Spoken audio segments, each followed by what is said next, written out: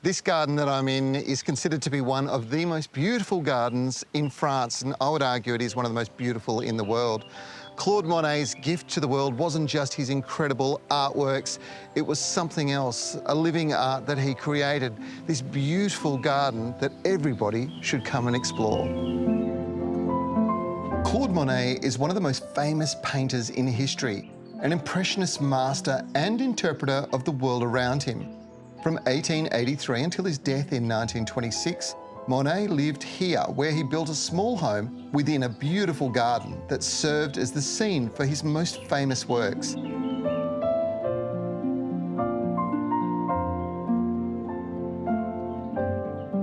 It is said that an artwork is never fully completed because it's always open to the interpretation, the eye of the beholder. And with that, Monet has guaranteed himself immortality because his greatest artwork is something that continues to grow and evolve through all the seasons.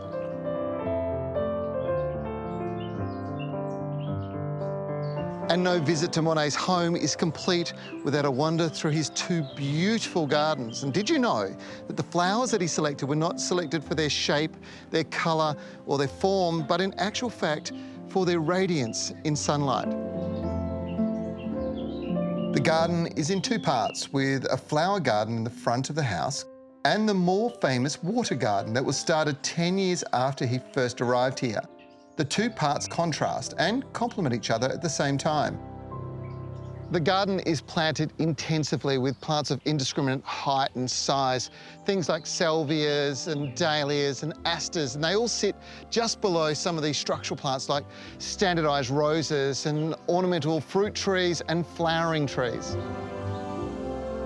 There are literally thousands of flowers in these gardens, including plants with colours that provide inspiration for Monet's paintings. Even in mid-October, the garden is full of colour. A flowering calendar of Monet's gardens is available with a list of what blooms when. In October, the autumn, you will find dahlias blooming looking fantastic, as well as all the other annual flowers until the frosts arrive. Claude Monet didn't want a conformed style of garden. He wanted it to be wild and free-flowing. I suppose that openly creative look, forever changing. He, as he got older, became more and more fascinated with botany and collecting rare and unusual plants, sharing them with his friends. And he would often say that my garden takes up all of my money, but at the same time, it leaves me in raptures. Monet's water garden is stunning. The famous Japanese footbridge is festooned with twisting vines of wisteria. The water garden is full of symmetries and curves. It's inspired by the Japanese gardens that Monet knew from the prints he collected avidly. In his last 30 years, Monet created many of his most memorable works. During this incredibly productive period, his paintings focused almost exclusively on his Giverny gardens, the pond, and his beloved water lilies. Monet was the most successful commercial artist of his time, and after his death in 1926, the value of his paintings went through the roof. In fact, a painting of the water lilies, a version of it sold for $70 million recently. It's an incredible feat, but what is really obvious with Monet is his incredible artistry.